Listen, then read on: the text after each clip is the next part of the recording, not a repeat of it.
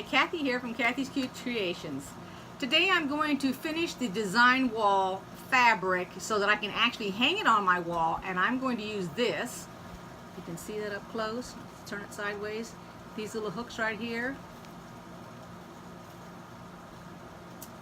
are what's going to hold it up on the wall on the little command hooks. And I'm going to sew this to the top of the fabric. I could actually sew this to both sides so that if I needed my design wall to be longer at one time, I can just change it up.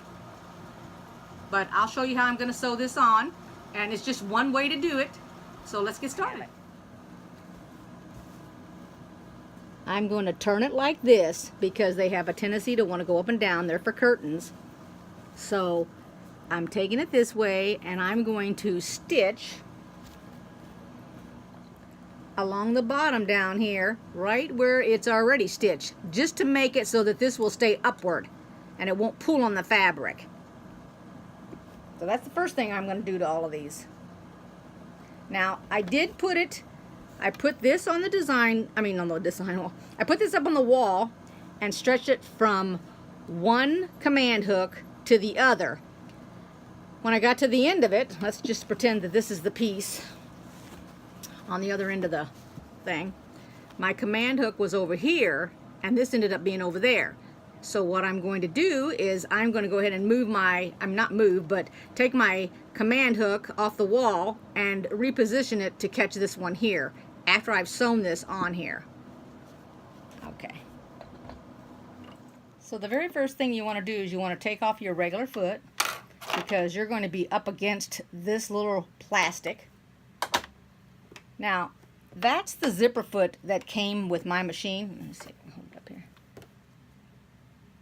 And I actually bought a narrower zipper foot, and this is the one that I'm using.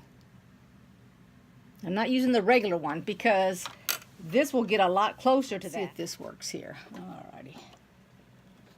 I've got it right next to that piece of plastic, and I'm just going to come forward a couple of spots. Let's see. Go backwards. Let's see if I can go backwards. There we go.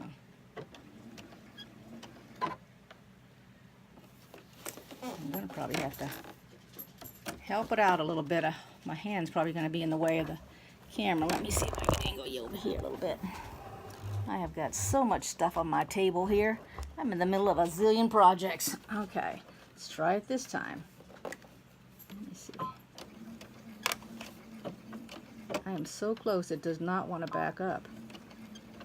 Okay, let's take that out a minute. And see if that helped it. What little bit I did do. I might just have to redo them all myself.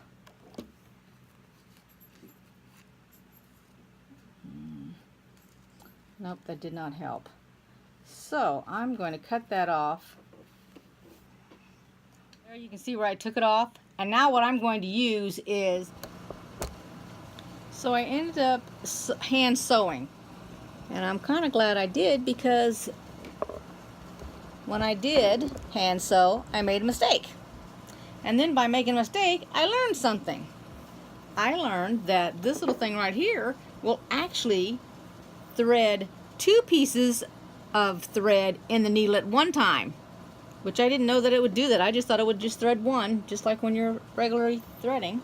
And when I made my mistake, I had to cut my thread off, and then I needed to re-thread it to the needle in order to finish off the piece. But anyway, so I went ahead and I put 2 pieces of the needle across, 2 pieces of thread across there, and sure enough, it threaded both of them. You can see it right there. So that was pretty good. So what I did was I went ahead and I did the 2 end pieces, and now I'm going to do the other end just to see how it's going to lay up on the wall after I get it sewn. Now I'm using this zipper foot, which I bought separate from what came with my sewing machine. It's a little bit smaller, and that's what I'm going to use to put this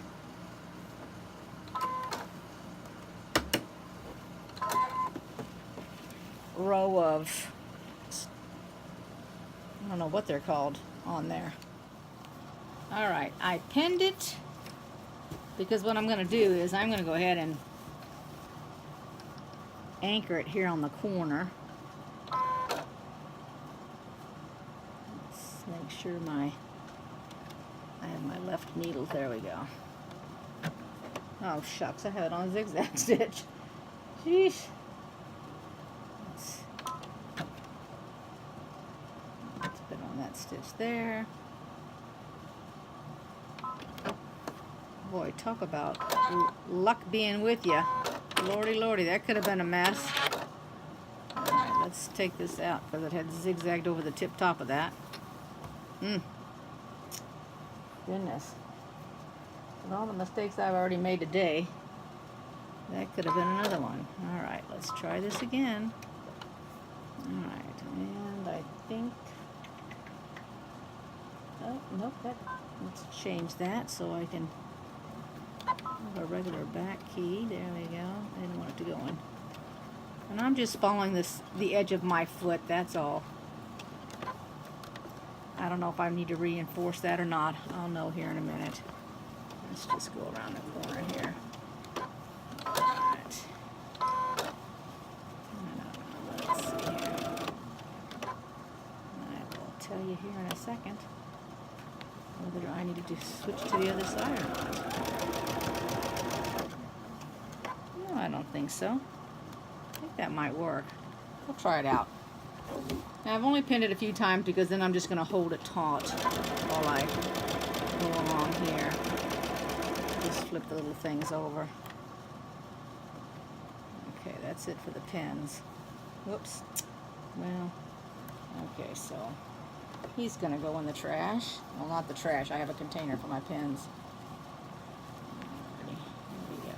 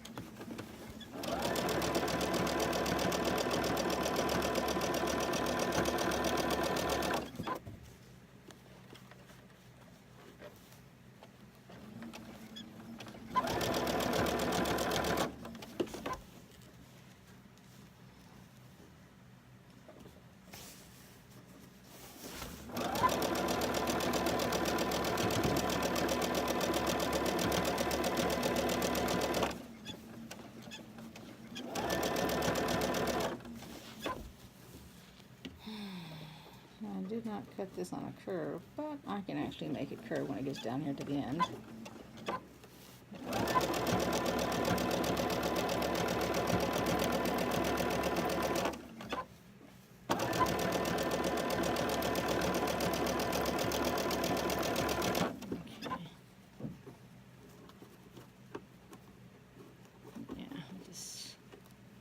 I folded this in back, so let's just do it this way.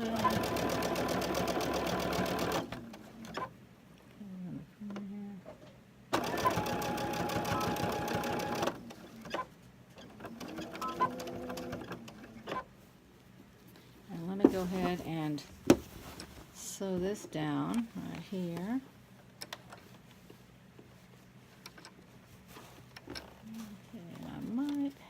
To, let's see here.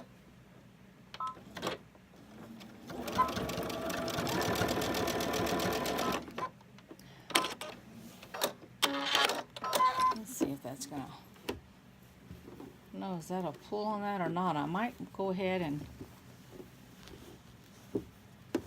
let's go ahead and put this down. Let me take a look at the other side. Huh. Alright. go ahead and, so this doesn't flip on me here.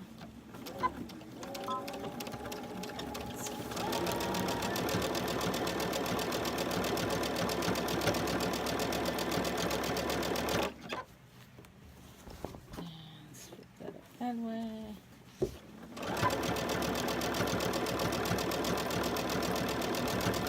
This is just a number 12 needle. Length is 2.5, just like we normally do. Nothing special about it.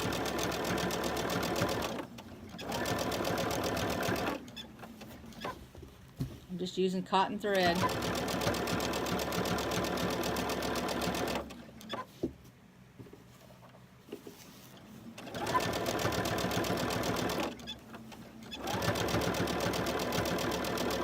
Just right on the edge of this fabric here.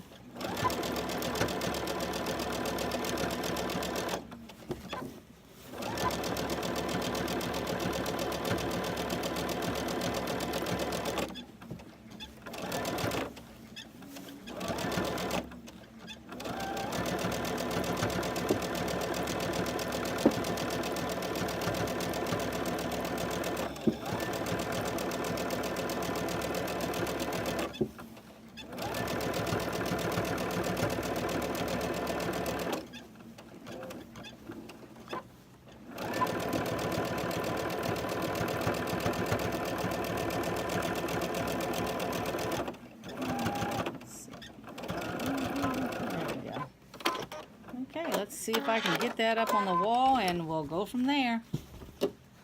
So I finished the design wall and it's just as high like that one and it's just as long. So now I have lots and lots of room. It's not as wide, but it is about the same height. So now I can be putting my other blocks that I'm going to be creating. Thank you everybody for watching. Take care. Bye-bye.